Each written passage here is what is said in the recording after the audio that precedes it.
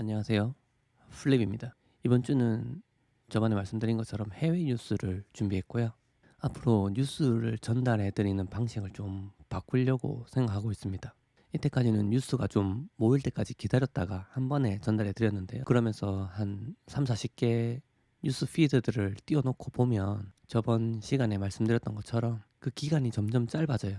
그래서 제가 다른 거 분석 영상들 올려드리기도 하고 또 뉴스를 국내 뉴스, 해외 뉴스를 쪼개서 전달해 드리다 보니까 뉴스를 전달해 드리는 타이밍이 많이 늦어지더라고요. 그래서 편집에 힘을 조금 빼고 뉴스들을 짧게나마 전달해 드릴 수 있도록 시스템을 좀 바꿀 생각입니다. 제 영상을 처음부터 보셨던 분들은 아마 알고 계실 건데요.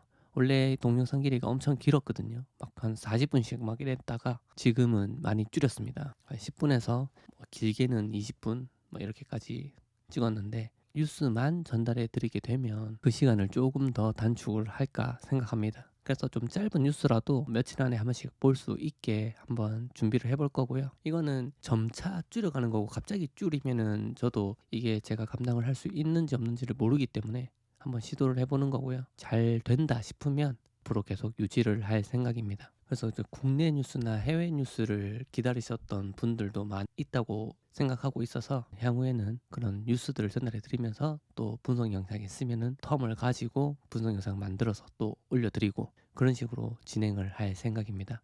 그럼 이어서 해외 뉴스 시작하도록 하겠습니다.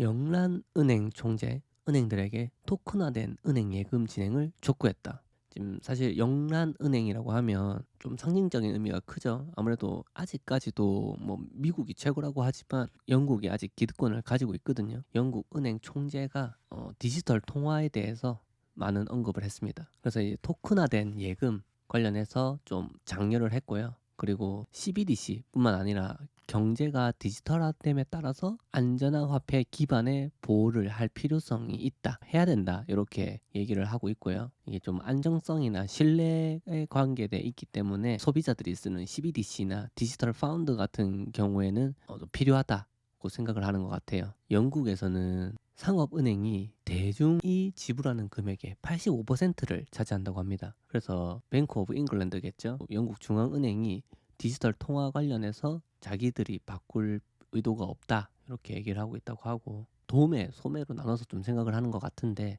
일단 소매 CBDC든 도매 CBDC든 둘 다 필요성을 좀 느끼고 있다는 생각이 들고 분산 원장 기술인 DLT를 갖다가 잠재력이 있는 기술이라고 판단하는 것 같습니다. 계속적으로 확인을 하는 걸로 봐서 영국에서 좀 움직임이 있다 그렇게 생각하시면 될 것 같아요. 이탈리아의 이 회사가 뮤추얼 펀드 단위를 토큰화했다. 펀드를 토큰화한 거죠. 다양한 STO 상품들이 있는데 그 중에 한 개가 이제 투자 펀드를 토큰화하는 경우죠. 이탈리아도 샌드박스 내에서 운영을 하고 있고요.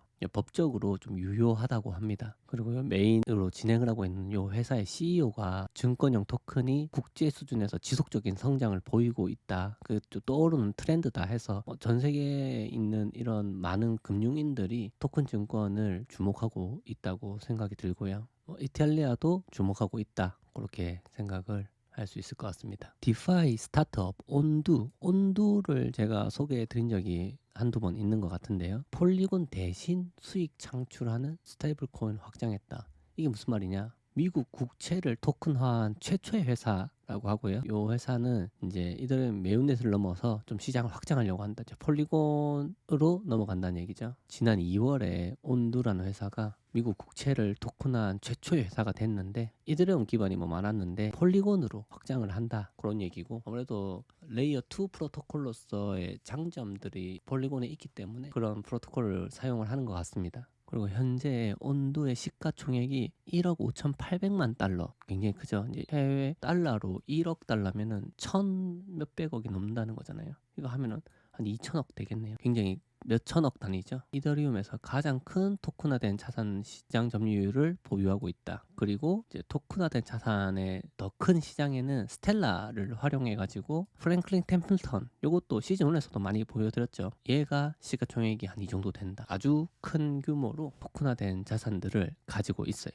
이제 요런 게 제가 토큰 증권의 전체를 봤을 때 다 트래킹이 되고 있지는 않거든요. 전체로 봤을 때는 상당히 포션이 크다. 그리고 요런 한 가지 한 가지 회사들이 지금 요것만 따져도 얼마죠? 거의 5,800억 한 6천억 정도 되잖아요. 그런 회사들이 거물급이고, 그리고 이런 회사들이 있으니까 트레디파이가 뭐냐면 트랜디셔널 파이낸싱이에요. 트랜디셔널 파이낸스를 말하는 거거든요. 그래서 기존 전통 금융권의 거물들이 암호화폐나 특히 뭐 비트코인으로 유입되는데 도움을 많이 주고 있다. 그런데 좀 시사점이 있다는 거고, 블랙락 이어가지고 피델리티, 발키리 뭐 이런 애들도 비트코인 현물 ETF를 갖다가 노력하고 있다. 그렇게 나와 있고, 우리가 이제 간과하고 이렇게 잘 모르고 지나갈 수도 있는 부분인데, 저도 이 뉴스를 킨 이유가 요 편집자의 요 이야기를 한번 전달해 드릴 필요가 있다고 생각했어요. 온두라는 요 프로젝트가 이더리움에서 가장 큰 토큰화된 자산 펀드를 보유하고 있다는 거. 온두 파이낸스 홈페이지 살짝 볼까요?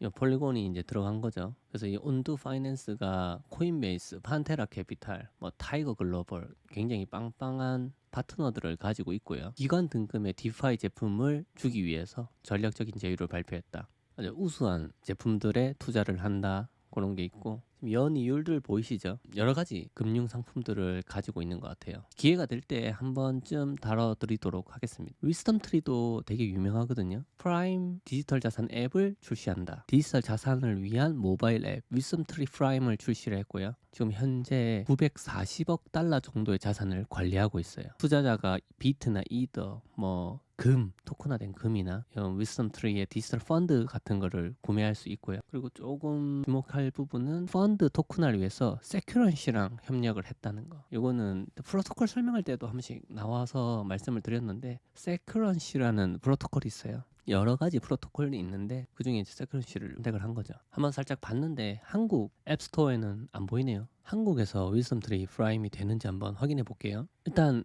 QR코드를 타고 들어가 봤는데 블랭크가 뜨네요. 안 되네요. 이런 앱이 있다는 거는 알겠고, 한국에서 안 되는 건지 요거까지는 모르겠습니다. 이것도 한번 지켜볼 만하다, 그렇게 생각이 드네요. 킵해 놓겠습니다. 다음 뉴스 볼까요? 코인베이스는 연방 증권 토큰법을 위반을 알고 있었다. 요거는 지금 7월 10일 그래서 자기들은 이제 아니다라고 이미 제출을 한 걸 제가 뉴스를 봤는데, 어쨌든 증권 토큰 법률을 위반했다. SEC는 일단 그렇게 판단을 하고 있고요. 한간에 도는 소문에는 코인베이스한테 너가 비트코인만 팔아라고 했다는데, 코인베이스는 당연히 그런 적 없었다 하고 우리는 계속 팔 거다라고 이렇게 얘기를 했다고 합니다. 이게 결론적으로 어떻게 될지는 모르겠지만 코인베이스도 그렇게까지 계속 캥기는 게 있으니까 SEC가 찌르지 않겠습니까? 계속 찌르는 건 좀 이해가 안 되잖아요. 코인베이스도 뭔가 구린 게 있다. 코인베이스면은 그래도 바이낸스보다는 좀 깨끗하고 미국을 대표하는 거래소인데도 SEC는 아주 칼같이 법의 잣대를 들이밀고 있습니다. 코인베이스가 되게 세게 나왔었는데 어떻게 될지는 지켜보도록 하죠. 영국 재무부가 5년 디지털 증권 재판에 대한 협의를 시작했다. 디지털 채권이나 주식에 대해서 규제를 완화하지만 비트나 이더 같은 지원되지 않는 암호화폐는 완화하지 않는다. 샌드박스를 영국도 사용을 하는 것 같습니다. 지난해 재무장관이자 현재 총리가 영국을 암호화폐 허브로 만들고 싶다고 얘기를 했다고 하네요. 근데 잘 안 도와줘서 빠르게 진행이 안 된다고 불평을 했다고 하고, 그럼에도 불구하고 분산 원장 관련된 테스트를 하기 위해서 시범 프로젝트가 이미 시행을 되고 있다고 합니다. 그래서 영국도 좀 빠르게 토큰 증권을 받아들이고 암호화폐를 이해하기 위해서 노력을 많이 하는 것 같습니다. 그래서 영국도 좀 주목해봐야 될 나라 중 하나다. 아발란체 파운데이션이 온체인 자산 토큰 구매에 5천만 달러 투자를 할당했다. 엄청나죠? 아발란체 비스타라고 하는 요 이니셔티브가 토큰할 수 있는 모든 자산에 대한 투자를 고려할 거다. 이게 무슨 내용인지 볼까요? 일단은 부동산에 대한 얘기가 있고요. 뭐 회사의 지분이라든지 벤처 캐피탈, 채무 상품, 지적 재산권, 이런 식의 다양한 포트폴리오에 투자를 하겠다는 거고, 지금 어떤 자산을 들지는 모르겠지만 블록체인 기반의 자산이라 그러면은 세큐리티 토큰인 거죠. 세큐리티 토큰에 그만큼 투자를 할 거다라는 얘기입니다. 아주 흥미로운 뉴스입니다. 아발란체 파운데이션이 그렇게 투자를 하겠다는 거. 리플에 대해서 또 뉴스가 나왔는데 볼까요? 실제 자산을 토큰화, 금융상품으로서 탄소 배출권의 잠재력과 영향력을 발휘하는 리플의 역할. 리플이 뉴스가 잘 나와요. 지금 보면 얼마 전까지만 해도 사실은 판결에 관련된 뉴스밖에 없었거든요. SEC랑 싸우고 있는데 결론은 어떻게 나냐라는 거였는데 스스로들을 승리했다고 판단을 하죠. 저는 뭐 승리라고 보진 않는데 어찌됐든 좀 다시 재판 일어나기까지는 항소를 해도 2년이 걸리니까 그동안에는 일단은 리플이 판매되는 데는 큰 문제가 없거든요. 기관들 말고 소비자들한테. 리플에 보면은 이제 분산원장 기술이 좀 우수한 걸 가지고 있어요. 그래서 그 자산의 이동에 굉장히 이렇게 강점을 가지고 있거든요. 그래서 일반 은행들이 리플을 많이 보유하고 있으면 왔다 갔다 하는데 전 세계에서 쓰고 있는 지금 스위프트를 좀 대체할 수도 있다, 이런 시나리오도 많이 나왔었고요. 스위프트도 그래서 발빠르게 대응을 했죠.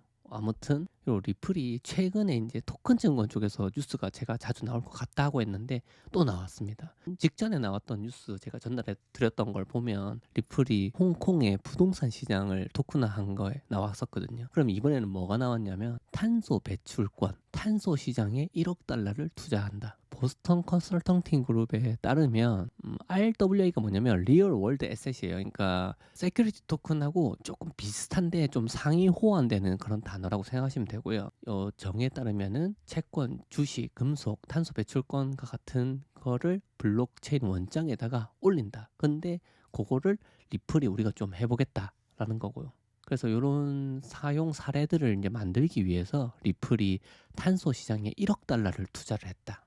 되게 흥미로운 얘기입니다. 아무래도 리플의 대빵이죠. 브래드 갈릭하우스가 리플이 1억 달러 정도를 갖다가 혁신적인 기술 이런 것들, 그래서 어찌됐든 기후 변화에 투자하겠다. 그러니까 좀 잘 보이고 싶어 하는 것 같기도 하고 이 시장이 클 것 같아서 덤비는 것 같기도 하고요. 탄소 중립에 관련돼서 투자를 좀 하는 것 같아요. 탄소 중립을 지향합니다라고 돼 있죠. XRP 레저 파운데이션하고 협력을 해가지고 XRP 레저를 탈탄소화하겠다.